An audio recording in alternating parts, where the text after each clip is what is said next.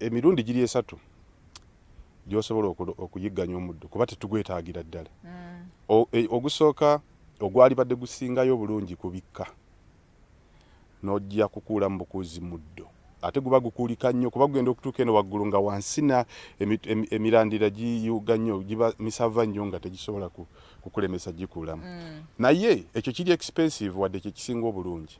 Kati egisigaddewo ebiri kufuuyira kulina ebizibu byako.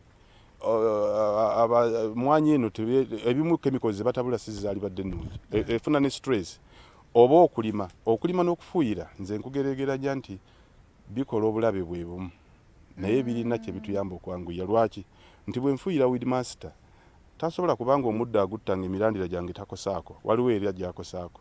Ate nze kye ngenze nzuula obungi bw'emmwanyi buva ku bungi bw'emirandira gye girina.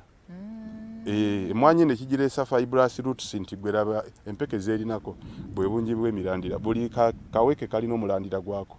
So buli lw'ogitaataaganya eno oba olina ky'okosa eri okwo ng'olimye enkumbi ezitema. Naye n'ow'omuddo afuuyiza eddagala ly'omuddo naye era akosa egyo emirandira ng'ow'enkumbi bw'agikosa. So tetwali badde nga tubikolerera nnyo.